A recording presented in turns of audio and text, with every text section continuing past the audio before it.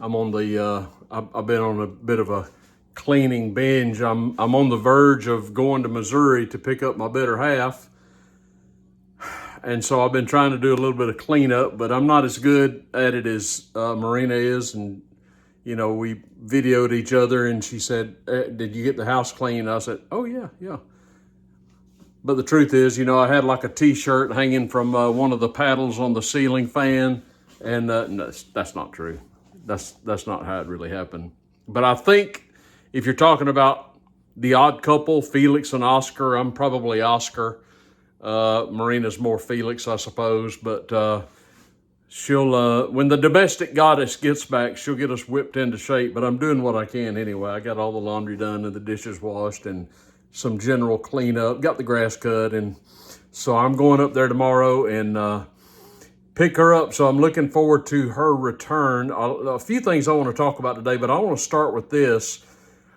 This has been on my mind and I've alluded to it a lot on my channel, that what we're facing politically in America is really not Democrats versus Republicans. I think most of you probably realize that because the Democrats and the Republicans are so very often one and the same. It's two branches, if you will, of the same tree or the same tree.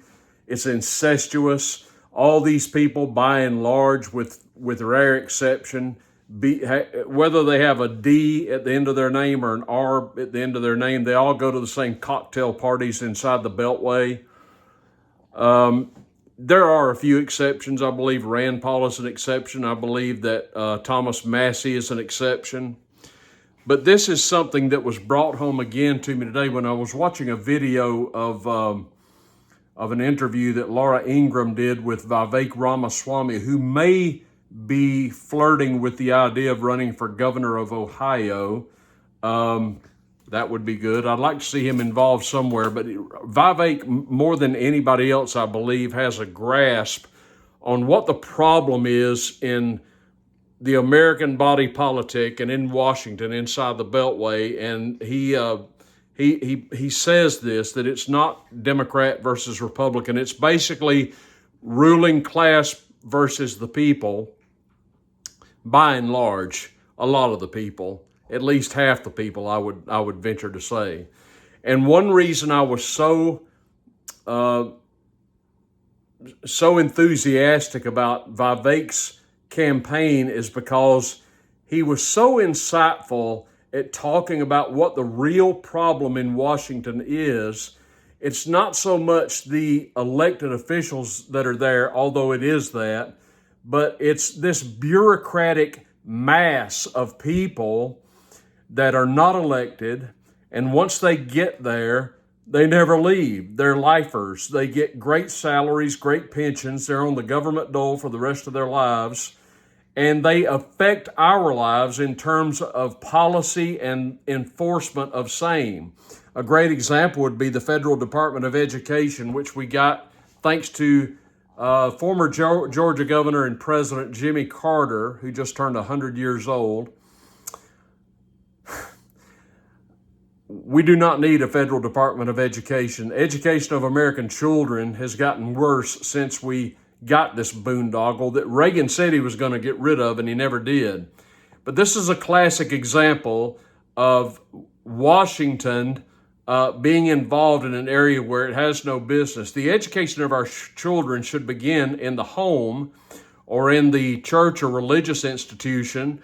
If we really want to improve education for children, it starts at the local level, whether it be homeschooling or a voucher system of some kind, or giving parents options to educate their child as they see fit, local co-ops, at least no more involvement than a local school district. Are we to really believe, folks, that some bureaucrat, potentially thousands of miles removed from said child, that lives inside the Beltway can actually do a better job in affecting the education of our children than can be done at a local level? Give me a break.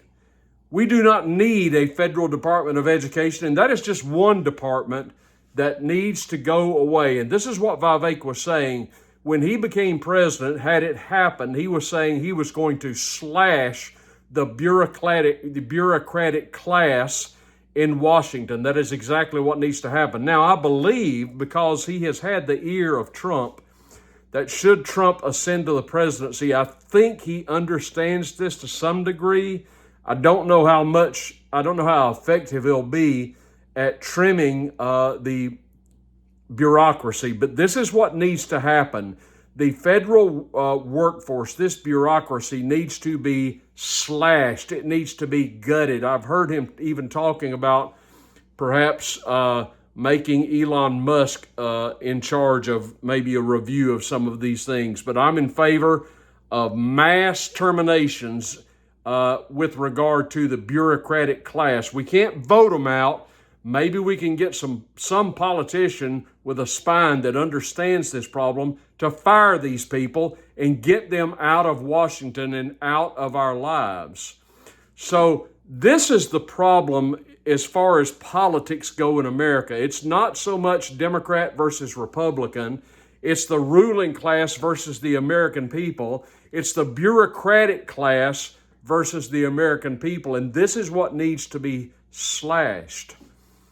I mean, we have so many problems that we've talked about on this channel so often, and so many of them could simply be solved if we simply reduced the federal workforce. That needs to happen, and it needs to happen very quickly.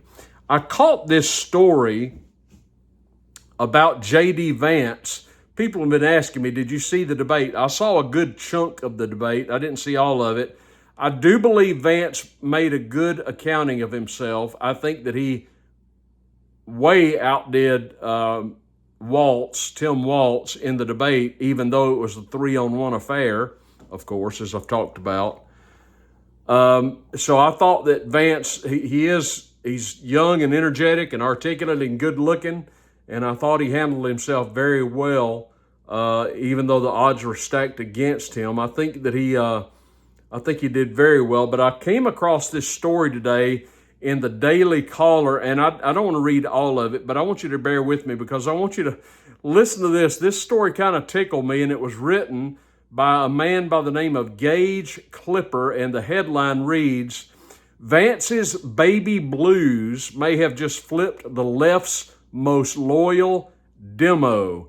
He says, as a group, gay people may overwhelmingly hate Donald Trump, but they couldn't help but fall in love with J.D. Vance on the debate stage last Tuesday night. In the words of Gay America, he came out looking snatched. I don't know what that means. Now, these poll numbers might be made up, but they're making fun of a very real phenomenon. Gay Twitter absolutely lost their minds for Vance last night. Some said he'd make a hot AF VP, while others said he's giving the gays everything we want.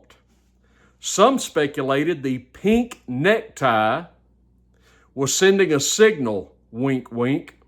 What that signal is, I can't share here, he writes, but the consensus was overwhelmingly suggestive. As noted conservative activist and gay man Andy Go noted, quote, I was not expecting Gay X responses to the VP debate to be so XXX, unquote. And then he shares all sorts of tweets that appeared from the gay community, I suppose. And he continues, but really, who can blame them? Vance has come a long way from his days as a chubby Ohio teen. He's dropped significant weight recently and is likely working out if his chiseled jawline is anything to go by. His eyes are the color of Mykonos blue, and the new salt and pepper beard only makes him look more distinguished. That's to say nothing of how he outright dominated Tim Walz on stage, all with a hint of playful charm. If this is what it takes for gay America to vote for a MAGA ticket, I'm all in. So Senator Vance, give the gays what they want. Maybe next time, take that shirt off before you get in the pool. Now, this spells trouble for the Democrats. I mean, there's no more loyal demographic, I would assume, to the Democratic Party except for perhaps blacks than gays, right? Did you notice? I've heard a lot of people speculating on whether or not Waltz was wearing eyeliner. I don't know if he was wearing eyeliner or not. I have no earthly idea. But he is a good-looking man, and I say that as a raging heterosexual. And he does have piercing blue eyes, beautiful blue eyes. He's a pretty good-looking fella, you have to say. And apparently he's making roads in the gay community. Make of that what you will. I don't know. But I think he's definitely a boost to the ticket. No question about that. All right, I want to touch on something else before I go, and it is this debacle in the Appalachians, this flooding caused by Hurricane Helene. Folks, I have seen videos, I have seen photos, I have read stories. The devastation in this region of the country is simply horrific. It is almost indescribable.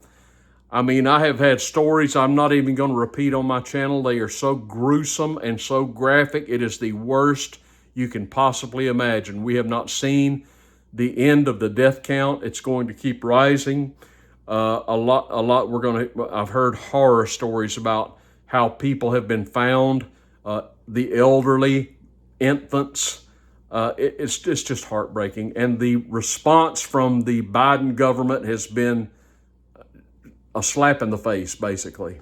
Now, Biden finally did show up, but it has to be said, I believe that I have read reports that FEMA is offering some of these victims the whopping sum of $750 to try and get their lives back together again. But I've got another idea. Since we so routinely hand out billions and billions of dollars to Ukraine, I've got a pretty novel idea. Why don't we see if Zelensky would be willing to make a donation to the victims of Hurricane Helene? Lord knows he's got the money, or at least he had the money. It'd be some pretty good PR for him, don't you think? All these billions in dollars of American taxpayer money being sent to this losing effort in Ukraine, while we have an untold number of casualties of American people, our people, in Appalachia. It is outrageous, it is infuriating, it is sad, it is heartbreaking.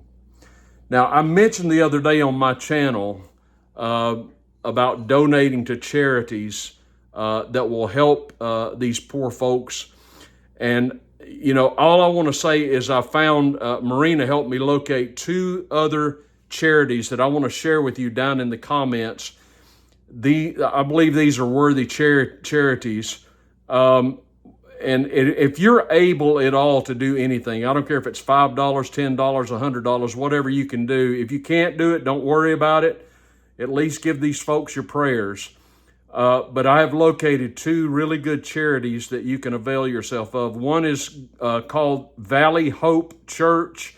They are raising, they need money because they are purchasing food and water and diapers and formula, just basic necessities for the victims that they are distributing as they can to these victims. Another excellent one is a helicopter company that is based out of Durham, North Carolina. It is called Total Flight Solutions. And I believe they have a GoFundMe page up, and they are helicoptering supplies into these victims, and also, I assume, picking victims up from this carnage. I mean, there are entire towns that are just gone. They're just gone. Neighborhoods that were there before that are just gone. It's just absolutely devastating. This is when you come to the aid of your friend and your neighbor, if you can. You know, think about it, folks. If one of my neighbors, if this house caught on fire and he lost everything, what should I do as his neighbor? I may not even know him. Should I go down there and say, hey, I'd like to help, but are you a Democrat or Republican? Now, around here, I probably know what he is, but that's not the point. If my neighbor's house catches on fire, as a good neighbor, as a good citizen, I need to help my neighbor if I can. That's just the human condition. I mean, that's just what basic compassion does. I would do no less. You would have to. I mean, you've got to help people if you can. These people are, in a sense, our neighbors. If you're an American, they are our countrymen, and we need to help them at all if we can. So I want to encourage you to check out these two links down below if you're interested and are able to make a donation to help out these poor folks in the Appalachian region of the Carolinas and Eastern Tennessee. Hey, look, I got to get out of here early in the morning and go get my bride. I'll probably take you along with me, and you can say hello to her when I go get her. Talk to me down below. We'll see you soon.